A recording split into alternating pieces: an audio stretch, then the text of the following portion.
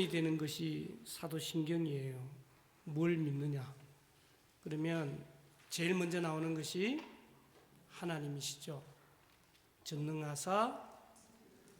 전능하신 분이라는 거죠. 그 다음에 창조주라는 분이죠. 자, 이런 것을 생각하면서 우리가 뭘 믿느냐, 그것을 분명히 할 필요가 있는데요. 가톨릭 천주교는 교리교육에 아주 열심히 해요. 또 이단들도 교리교육을 아주 열심히 합니다. 요즘 정명석이도 나오고 또 누구예요? 이재록이도 나오고 그렇게 하는데 신천지도 마찬가지죠. 말하는 거 보면 떠듬떠듬 저 촌의 어른 같은데 마구 사람들이 몰려들고 또 똑똑한 사람들이 거기에 빠지고 그래서 특별히 이 개신교, 개혁교회는 교리 공부는 안 하고 성경 공부만 뒷다 하는 거예요. 그래서 이단에 잘 빠지고 그렇게 됩니다. 신학교에 가면 신학을 공부하죠. 신학을 공부하는 겁니다. 신학에는 몇 가지가 있는데요. 우선 성경 자체를 다루는 신학을 성서신학 이렇게 얘기하죠.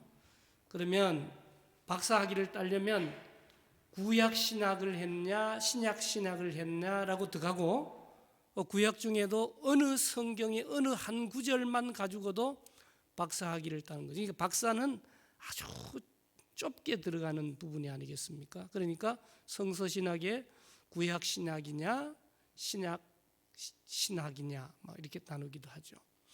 그 다음 오늘처럼 공부하는 것은 조직신학이다. 이제 그렇게 해서 이제 앞으로 우리가 이제 다루게 되겠습니다만은 소위 말해서 하나님에 대해서 얘기하는 것을 신론이라 그렇게 얘기하고 또 예수 그리스도를 말씀하는 것을 그리스도론 또 삼위일체니까 성령론 하나님이 계시면 또 누가 있는 거죠? 우리 인간이 있잖아요. 인간은 도대체 어떤 존재인가? 인간론. 그러면 죄 많은 인간이 어떻게 구원을 얻겠는가? 구원론. 구원받은 백성들이 모인 무리 교회론, 성경론, 또 세례와 성만찬, 종말론과 같은 성경의 여러 말씀들을 조직적으로 이렇게 해놨다 그렇게 말씀드릴 수 있을까요? 우리 의사 선생님들은 전문의를 따시죠. 내과, 외과, 가정의학과, 정형외과 이렇게 하죠. 제가 가끔씩 버스를 타고 가다 우리 교인들의 과거를 좀 살피기 위해서 유행가를 부르게 하잖아요. 그때 제가 드리는 말씀이 오늘은 절대로 뭘 부르면 안 된다고요? 내과나 소아과를 부르면 안 되고 외과만 불러야 됩니다. 이제 그렇게도 말씀드린 적이 있는데 의학적으로는 그렇지만 신학적으로는 조금 전에 말씀드린 대로 성서신학, 그 다음에 조직신학, 그 다음에 크게 또 이제 보면 실천신학 또는 목회신학, 또 교회사로 이렇게 다루는 역사신학, 이렇게 나누어지게 되겠습니다. 그래서 오늘은 조직신학을 다른 말로 표현하면 교리적인 측면에서 우리가 다루게 되는데 가톨릭 교회는 교리교육에 집중하고 기독교는 성경교육에 집중하는데 이거냐 저거냐가 아니고 교리도 배워야 되고 성경도 배워야 된다. 그래야 이단의 유혹에 흔들리지 않는다라고 하는 것을 우리가 생각하면서 오늘 먼저 신론, 하나님에 대해서 생각해 보려고 합니다. 하나님의 계시 그걸 얘기하면서 먼저 하나님의 존재와 신비, 하나님은 정말 존재하시는가? 이게 문제죠. 없는 것을 믿는다. 정말 그 웃기잖아요. 그러니까 하나님이 정말 존재하시는가라고 하는 것은 여러분들 교재에도 나와 있습니다만은 교회와 기독교 신앙의 아주 기초가 되는 것이죠. 하나님이 존재하지 않는데 이렇게 막 수요기도회로 모이고 뭐 이렇게 한다는 것은 헛수고에 불과하다라고 하는 것이죠. 그래서 성경은 하나님의 존재를 어떻게 증명하느냐, 하나님 존재를 한번 증명해봐라, 그게 아니고 하나님의 존재를 오늘 읽은 신명기도 말씀합니다마는 선언하고 있다라고 하는 사실을 우리는 잘 알 수 있습니다. 우리 제 앞에 있는 강대상 앞에 있는 창세기 1장 1절 말씀도 태초에 하나님이 천지를 창조하시니라. 그게 뭘 얘기하는 거예요? 천지를 창조하신 것을 얘기하는데 누가? 하나님이. 그러니까 하나님은 존재하시고 그 하나님이 천지를 창조하셨다라고 바로 들어간다 이 말이에요. 그러니까 하나님의 존재를 증명하는 게 아니고 하나님의 존재를 선언해 버린다라고 하는 것이죠. 이사야 45장 5절에도 보면 나는 여호와라 나 외에 다른 이가 없나니 나밖에 신이 없느니라. 너는 나를 알지 못하였을지라도 나는 내 띠를 동일 것이요. 또 시편 53편 1절에 보면 어리석은 자들은 그의 마음에 이르기를 하나님이 없다 하도다. 그러니까 하나님이 없다 하는 사람은 어떤 사람이라고요? 어리석은 사람이라고 성경은 말씀하고 있죠. 그래서 여러분들 교재 나오는 대로 네모칸 안에 있는 대로 하나님은 존재하신다. 성경이 말하는 변함없는 사실이다.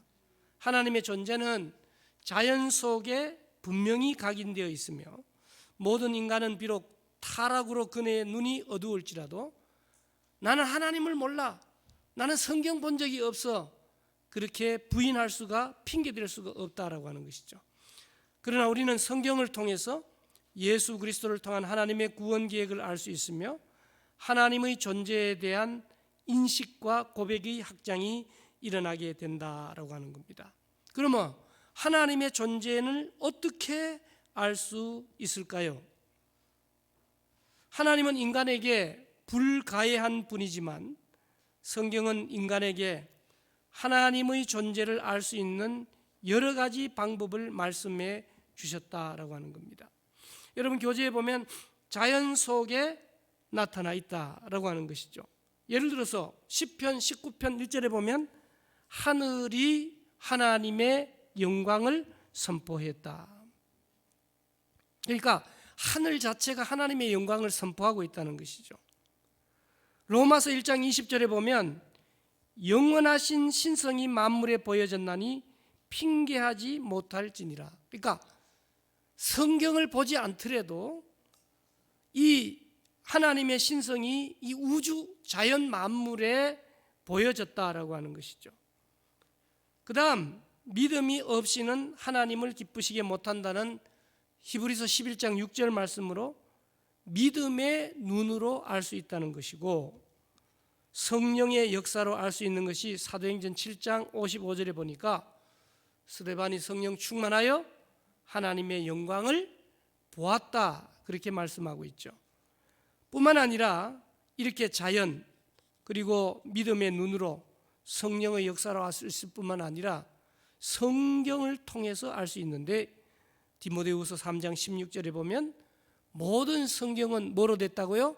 하나님의 감동으로 되었다라고 하는 겁니다.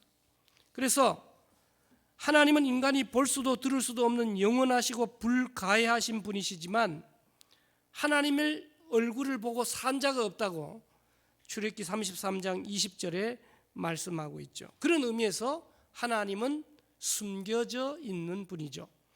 숨겨져 있는 하나님을 우리 인간이 알 수 있는 방법은 계시, 하나님이 드러내 주실 때에 우리가 알 수 있다라고 하는 사실이죠. 그래서 계시에는 두 가지가 있는데 첫 번째는 일반 계시가 있다라고 하는 겁니다. 여러분, 일반 계시와 특별 계시라고 하는 것으로 우리에게 가르쳐주고 있는데요, 하나님의 선하심과 지혜와 능력이 분명하게 나타나 있어서 아무도 나는 이 땅을 살면서 성경을 못 봤기 때문에 하나님을 모른다라고 핑계할 수가 없다는 말로 시작이 되는 거죠. 그래서 여러분들에게 나눠지는 유인물에 보면 깔뱅은, 같이 한번 읽겠습니다. 시작. 깔뱅은 우주 만물은 믿는 사람과 안 믿는 사람 모두에게 하나님을 보여주는 하나님의 영광의 극장이요 거울이다 라고 말했다. 이 말이 바로 일반 계시를 잘 표현한 말이죠.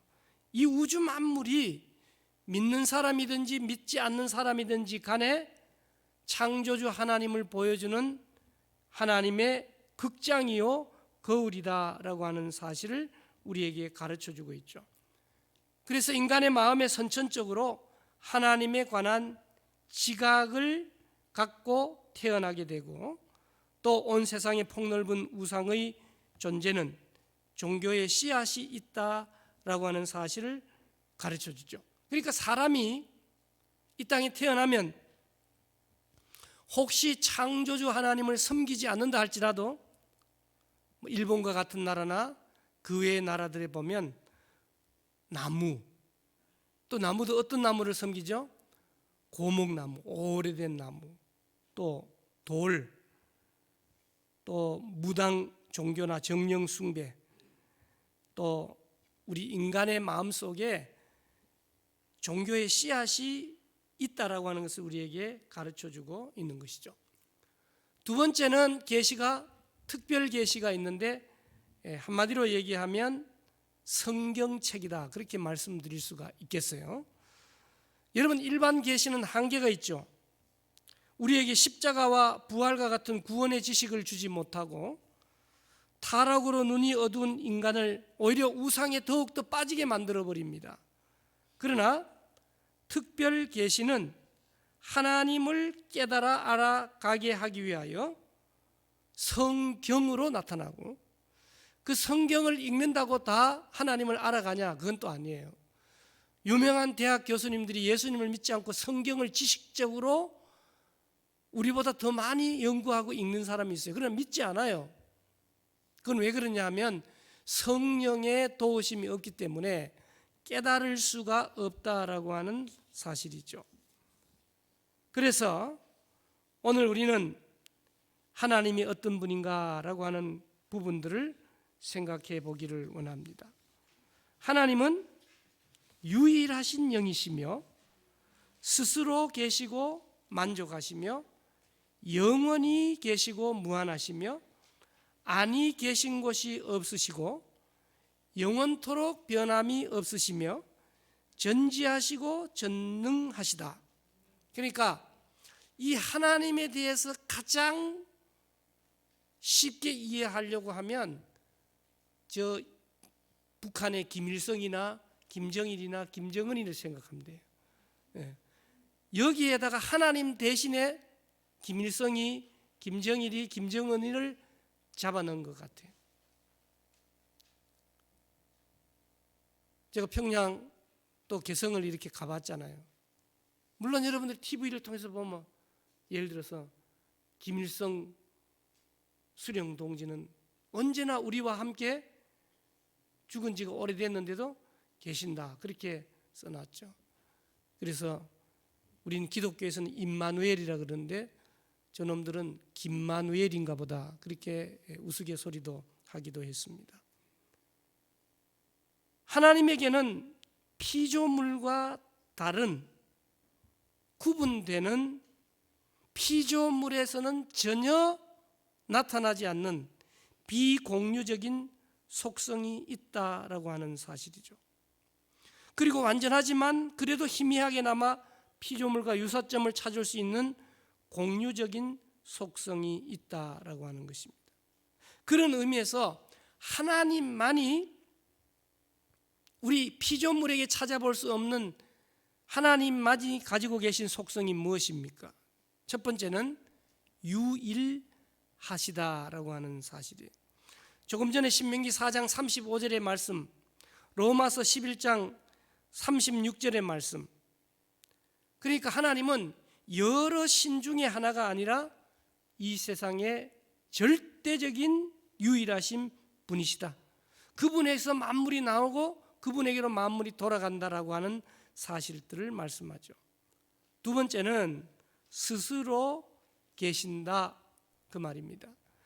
여러분, 모세에게 하나님께서 자기를 소개하실 때에 출애굽기 3장 14절 말씀에 보면 나는 스스로 있는 자다, 그렇게 말씀하셨어요. 하나님은 당신 안에 스스로 존재 근거를 갖고 계시므로 무엇에 의존하는 피조물과는 다르다라고 하는 것을 말씀하시면서 지적으로, 의지적으로, 능력적으로 스스로 존재하신다라고 하는 자존하신 분이시다라고 하는 것이고, 사도행전 17장 25절 말씀을 중심으로 보면 스스로 만족하신다, 한자용어로 표현하면 자충성이라고 표현할 수 있겠습니다. 그러니까 하나님은 부족함이 없으시죠. 하나님은 스스로 만족하시고 피조물이 무엇을 더해주거나 부족함을 채워드릴 수 없는 피조물부터 완전히 독립해 계신 분이시다라고 하는 겁니다. 또 한 가지는 영원하시다라고 하는 것이죠. 시작도 끝도 없으신 분이시죠. 하나님 자체가 알파이자 오메가이시다라고 하는 것입니다.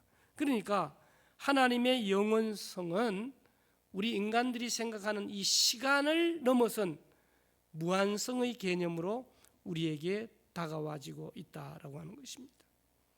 또 한 가지는 무소부재하시다라고 하는 말씀을 많이 들었습니다만은 편재성, 그 말씀은 안 계신 곳이 없으시다라고 하는 것이죠. 하나님은 지금 우리가 예배드리는 이곳에도 계시고, 하나님은 이 대한민국에도 계시고, 저 북한에도 계시고, 온 우주에 충만하신 분이시다라고 하는 사실이죠. 또 한 가지는 전지하시다라고 하는 겁니다. 그러니까 모든 것을 알고 계신다라고 하는 것이죠.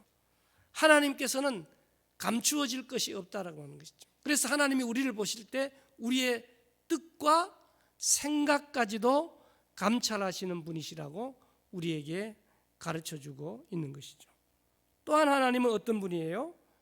변함이 없으신 불변성을 야고보서 1장 17절, 시편 33편 이하에서 말씀하고 있습니다. 여러분, 피조물들은 어때요? 우리가 18살하고 한참 살아가지고 81살하고 얼굴이 같을 수가 없잖아요. 그래서 똑같아야 진리라고 얘기하고 진실이라고 얘기하지만 똑같지 않으면 진리 또는 진실이라고 얘기할 수 없는 것이죠. 변할 수밖에 없는 것이죠. 그러나 하나님은, 예수 그리스도는 어제나 오늘이나 영원토록 동일하신 분이신 줄로 믿습니다. 그래서 하나님께서는 뜻하신 바 모든 것을 성취하시는 분이시다, 그렇게 말씀드릴 수 있죠. 그러면 하나님이 인간과 이렇게 완전히 다른 비공유적 속성이 있으시다면 인간과 공유하시는 속성은 무엇일까요? 첫째는 하나님은 영이시다라고 하는 거예요. 여러분, 우리 인간은 육체와 영혼이 함께 어우러진 존재죠. 그러나 하나님은 순수한 영이시다라고 하는 것입니다. 하나님께서 영이심은 육체를 가지고 계시지 않으며 물질적인 존재가 아니다라고 하는 것이죠. 인간의 눈으로 볼 수 없다라고 하는 것입니다. 우상을 만들지 말라는 계명은 하나님의 이 불가견적인 영성에 근거하는 거예요.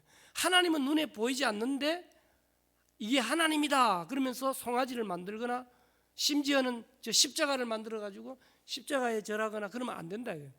그리고 우리 교단에서도 십자가를 섬김의 대상으로 해서는 안 된다, 그렇게 표현하는 것입니다. 두 번째, 하나님은 지혜로우시다라고 하는 사실이죠.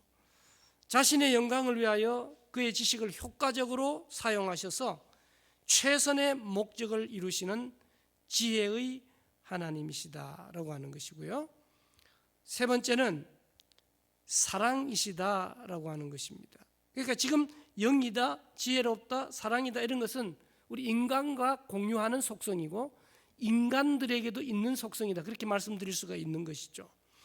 사랑은 하나님의 대표 속성인데요, 무엇을 사랑하시는 존재가 아니라 하나님 자체가 사랑이다, 그렇게 말씀드릴 수 있습니다. 하나님의 사랑은 어떻습니까? 무조건적인 겁니다. 만약 하나님의 사랑의 조건이 있었다면 오늘 저와 여러분들은 하나님의 사랑의 대상이 될 수가 없었을 것입니다.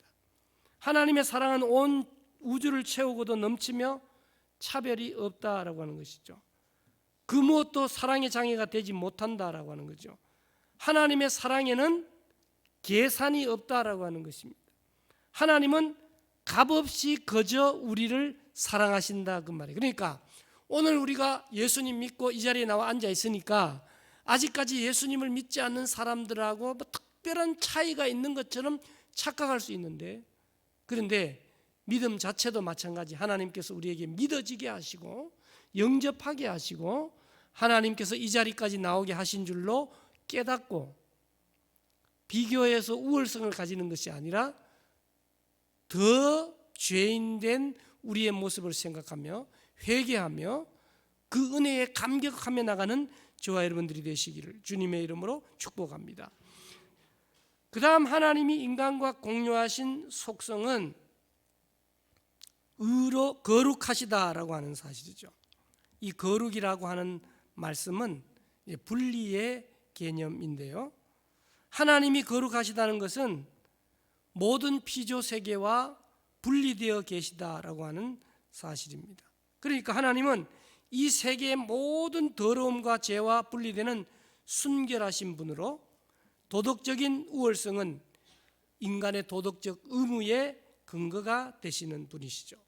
또 한 가지는 의로우시다라고 하는 것입니다. 이 의라고 하는 히브리어 본래는 어떤 기준에 맞는다라고 하는 의미인데요, 하나님이 의로우시다는 말은 하나님 자체와 하나님이 행하시는 모든 것들의 최종적인 기준이 된다는 것이죠. 하나님의 의의 기준은 하나님 자신이고요, 하나님 의의 속성은 그분이 제정하신 도덕법에 나타나 있는 것이죠. 마지막으로 하나님이 인간과 공유하신 속성은 무엇이냐? 진실하시다라고 하는 사실입니다. 진실이란 겉과 속이 일치하는 것을 얘기하죠. 호박인지 수박인지 막 수박을 찾아내라 막 이렇게 요즘 막 그러는데, 말과 행위가 겉과 속이 일치하는 것을 얘기합니다. 하나님은 이름 그대로 참되신 하나님이에요. 하나님은 거짓이 전혀 없으시고 언제나 중심과 외적인 표현과 말과 행위가 동일하신 분으로 우리에게 나타나신다라고 하는 사실이죠. 그래서 우리는 이렇게 하나님만이 가지신 비공유적 속성과 또 하나님이 인간과 함께 공유하신 속성을 우리가 생각해 보았습니다. 그러면 우리가 이 하나님의 속성에 대해서 좀 더 유념해야 될 특징이 있다라고 하는 겁니다. 하나님의 속성은 서로 다르고 상충하는 것처럼 보일 때가 있지만 모든 속성은 하나로 통일되어 있다라고 하는 거죠. 여러분 생각해 보세요. 하나님의 사랑, 하나님의 공의 충돌합니까? 안 충돌합니까? 사랑은 죄가 있어도 다 품어야 되는 거잖아요. 공의는 죄값대로 정확하게 해야 되는 거잖아요. 이 상충이 되죠. 이 문제를 어디서 해결합니까? 예수 그리스도의 십자가에서. 예수님이 우리의 죄를 대속하심으로 하나님의 사랑, 그 다음에 하나님의 공의가 그 십자가 안에서 함께 하나를 이루게 된다라고 하는 것을 우리에게 가르쳐주고 있는 것이죠. 그리고 하나님의 속성을 얘기하면서 성경에도 보면 하나님께서 뉘우치신다, 하나님께서 후회하신다, 이런 언어들이 표현이 되고 때로는 하나님의 손, 하나님의 팔, 하나님의 귀와 눈 이런 표현이 나오지만 이건 역시도 한자용어로 말하면 신, 인간, 동형, 동성적이라 그런 표현이라고 말씀하고 있는 것이죠. 인간들이 알아먹을 수 있도록 그렇게 표현을 했다라고 하는 사실을 우리에게 가르쳐주고 있는 것입니다. 오늘 하나님의 존재와 신비를 얘기하면서 이제 하나님의 존재는 그렇다 치고 하나님의 신비는 뭘 얘기할까요? 우리가 항상 얘기하는 삼위일체라고 하는 말씀을 생각을 해보게 됩니다. 이 말은 하나님은 오직 한 분이세요. 살아계시고 참되신 하나님만 계신 것이죠. 그런데 하나님의 신격에는 성부, 성자, 성령 삼위가 있다라고 하는 거죠.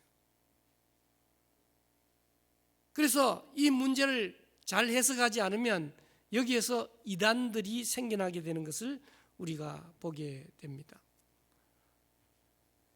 삼위로 일체되는 하나님은 기독교의 아주 비밀스럽고 신비스러운 신관일 뿐만 아니라 기독교를 기독교 되게 하는 가장 특징적인 교리다라고 말할 수 있죠. 이 교리는 325년 니케아 종교회의에서 채택된 교리로서 성경 자체에는 삼위일체라는 단어가 나오지 않지만 성경의 전반적인 사상이 삼위일체를 나타낸다고 인정하여 로마 천주교회와 개신교회가 받아들이고 있는 것이며 다른 어떤 교리보다도 가장 먼저 일찍 확정되어서 교회의 모든 예배 의식 속에 굳게 자리 잡았다라고 하는 것이죠. 먼저는 사도신경에 보면 성부 하나님, 성자 예수 그리스도, 성령 하나님이 그 안 속에 배어 있는 것을 우리가 볼 수 있습니다. 또 어디 있습니까? 축도할 때 예수 그리스도의 은혜와 아버지 하나님의 지극한 사랑과 성령님의 역사하심이 하면서 삼위일체 하나님이 배어 있고, 또 세례를 줄 때도 예수 그리스도를 구주로 믿는 이 누구에게, 그 다음 뭐라 그럽니까? 성부와 성자와 성령의 이름으로 세례를 주노라. 예수 그리스도를 믿는 이의 자녀 누구누구에게 성부와 성자와 성령의 이름으로 세례를 준다. 그렇게 굳게 자리를 잡고 있죠. 그런데 이 교리가, 이 비밀이 우리가 쉽지 않기 때문에 여기서 이단들이 많이 나온 것을 우리가 볼 수 있습니다. 자, 여러분들 가지고 계신 유인물에 보면 삼위일체 하나님에 대해서 설명하고 있습니다. 첫째, 하나님은 오직 한 분이다. 신명기 6장 4절에 말씀하고 있죠. 그런데 아버지와 아들은 하나이다. 그리고 좀 더 나가보면 예수님이 곧 하나님이시다. 또 예수님 안에 하나님이 계신다. 예수님은 근본 하나님의 본체셨으나 동등됨을 여기지 아니하시고 뭐 이렇게 말하고요. 또 성령님은 하나님이시다. 예수님 세례 당시에도 성부와 성자와 성령이 한자리에서 나타나셨다. 서로가 서로 안에 계신다.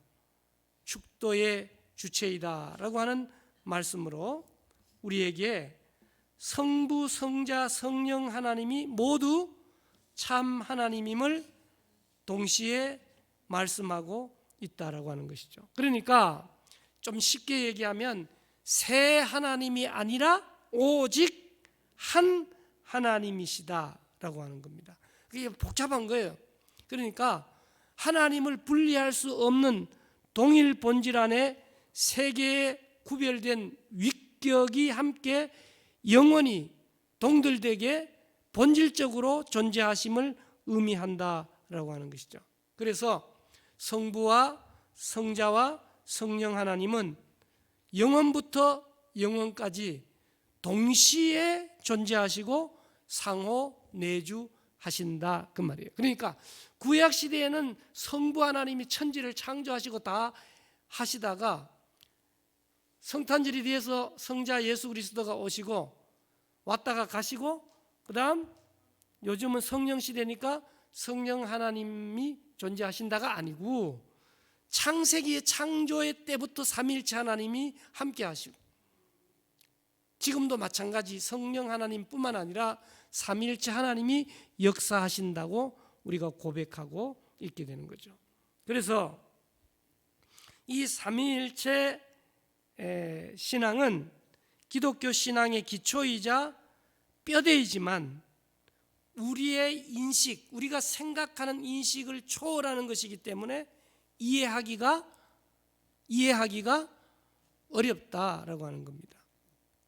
그래서 어거스틴이라고 하는 신학자는 세 분 하나님이 어떻게 한 분 하나님이 될 것인가라고 고민할 때 천사가 어린아이의 모습으로 나타났다는 유명한 이야기가 있습니다. 그는 시냇간을 거닐다가 모래성을 쌓고 거기에 바닷물을 퍼서 넣으려고 애쓰는 아이의 모습을 보면서 유한이 무한을 담을 수 없다는 진리를 깨달았다고 하는 것이죠. 그러니까 삼위일체는 크신 하나님의 존재 앞에 겸허히 믿음으로 나아가는 또 하나의 신비이다라고 하는 것을 우리는 기억해야 합니다. 그러면 이 삼위일체 하나님에 대해서 어떤 이단들이 생겨났는가? 쉽습니다. 먼저 첫 번째 이단은 삼신론을 얘기하는 거예요. 그건 뭐냐? 하나님이 셋이라고 강조하는 것입니다. 그러니까 성삼위 단일실체를 부인하는 이단으로 6세기의 단성론자 일부에서 나왔는데, 삼신론은 독자적인 세 하나님을 분명하게 강조하고 있는 것입니다. 삼신론은 예를 들면 성부, 성자, 성령에서 두 신이 다른 한 신에 비교해 열등하다고 보는 데 비해 삼위일체 교리는 성부와 성자와 성령이 항상 못하고요 동등되다고 보는 거예요. 그 차이로 이단이 출발하게 되는 것이 나오게 되었다라고 하는 것이죠.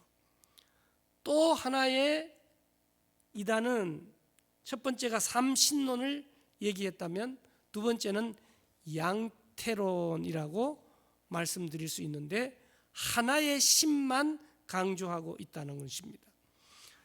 사벨리우스는 성부, 성자, 성령을 구별된 인격을 가진 하나님으로 인정하지 않고 한 하나님이 세 가지 방식으로 나타난다, 그렇게 설명을 하는 거예요. 들어보세요. 물이 고체일 때는 얼음으로, 때로는 액체인 물로, 데우면 기체인 수증기로 변한다.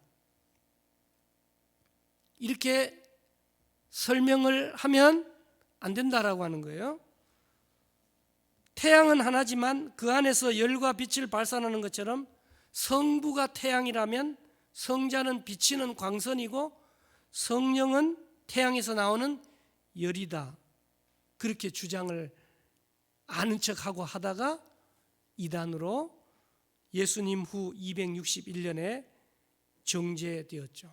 그러니까 그 얘기를 가만히 들여다보면 삼위일체 하나님이 아니라 하나의 신만 강조하고 있는 것을 보게 되죠. 또 하나는 양자론이라고 하는데요, 아리우스라는 사람은 그리스도는, 예수님은 피조물이다, 그래서 시작이 있고 존재하지 않았던 때가 있다, 그리스도는 본질상 아버지와 동질일 수 없다, 신적이긴 하지만 하나님 자신은 아니고 아들은 아버지에게, 성령은 아버지와 아들에게 종속된다, 피조물인 그리스도는 하나님과 타 피조물 사이를 연결하는 중간 존재다. 헷갈리죠. 이렇게 설명을 듣고 그렇게 알고 있는 경우도 많이 있다라고 하는 것이죠. 그러면 결국 하나님의 본질이 셋이라는 점을 극단적으로 강조하면 신이 하나가 아니고 성부 하나님 하나, 성자 예수 그리스도 하나, 성령 하나님 하나, 신이 세 개가 되는 삼신론에 이르게 되고, 하나이신 하나님을 너무 극단적으로 강조하다가 보면 양태론에 이르게 되는 것이죠. 그러다 보니까 삼신론이라든지 하나의 신만을 강조하는 양태론에 이르게 되면 삼위일체론을 주장하는 정통교회에서 배척되고, 하나님은 절대 독립성을 갖는 세 분이신 동시에 절대로 구분되지 않는 오직 한 분이신 것을 부인하는 거기 때문에 이단으로 들어가게 된다라고 하는 사실을 우리에게 가르쳐주고 있습니다. 오늘 우리는 하나님의 존재와 신비를 말씀드리면서 하나님이 어떻게 존재하시냐라고 하는 부분이 아닌 하나님의 존재를 선언하는, 그 하나님이 하신 창조일로 시작되는 창세기로부터 요한계시록에 나오는 이 말씀 속에서 하나님의 존재와 신비를 생각해 보았습니다. 하나님의 존재는, 다시 정리를 합니다, 자연 속에 나타나 있다라고 하는 겁니다. 누구도 핑계할 수 없습니다. 믿음의 눈으로 볼 수 있고 성령의 역사로 알 수 있고, 그렇다고 하면 성경을 통해서 더욱더 확실하게 알 수 있죠. 그래서 계시를 통해서만 우리가 알 수 있는데, 일반 계시는 믿지 않는 사람들에게도 하나님은 계시다라고 하는 사실을 변명할 수 없는 여러 가지 많은 현상들을 우리가 볼 수 있으며, 일반 계시를 다른 말로 표현하면 자연 계시다, 그렇게 말씀드릴 수 있고, 특별 계시를 성경을 통해서 인간의 구원과 영생에 대한 부분을 확실하게 볼 수 있도록 하나님의 말씀을 주셨다라고 하는 겁니다. 하나님은 어떤 분이라고요? 두 가지로 나눠서 하나님만이 가지신 비공유적 속성, 유일하십니다. 여러분들 가지고 계신 교재 뒤편에 있습니다. 스스로 계십니다. 스스로 만족하십니다. 영원하십니다. 무소부재하십니다. 전지하십니다. 변함이 없으신 분이십니다. 우리 인간과 공유하신 속성으로는 영이시고 지혜로우시고 사랑이시고 거룩하시고 의로우신 분이시며 진실한 분이다 라고 하는 것입니다. 그리고 하나님의 신비의 속성은 특별히 삼위일체 하나님으로 우리에게 기독교의 가장 특징적인 교리로 우리에게 말씀해주고 있다라고 하는 것이죠. 제일 밑에 네 줄 있습니다. 읽겠습니다. 성경은 성부, 성자, 성령이 모두 참 하나님이심을 보여줍니다. 동시에 하나님이 세 하나님이 아니라 오직 한 하나님이시라고 말합니다. 삼위일체 하나님은 세 구별된 위격이 영원히 동등하게 본질적으로 함께 존재하심을 의미합니다. 삼위일체는 기독교 신앙의 기초이며 뼈대이지만 우리의 인식을 초월하는 문제입니다. 크신 하나님의 존재 앞에 겸허히 믿음으로 나아가는 또 하나의 신비입니다. 그 삼위일체를 풀어낸다고 하면서 설명할 때 아까 우리가 나온 대로 야 봐라 말이지, H2O가 고체로 쓰는 거는 얼음이지 액체로도 있지, 데우면 기체가 된다. 그게 맞다 아니다? 아니에요. 그렇게 되면 한신으로 갚버리게 되는 것이고, 또 야 태양을 봐라, 광선이 있지 열이 있지 뭐 이렇게 설명하는 것도 아니다라고 하는 것이죠. 그래서 여기서 이단이 많이 나오게 되는데,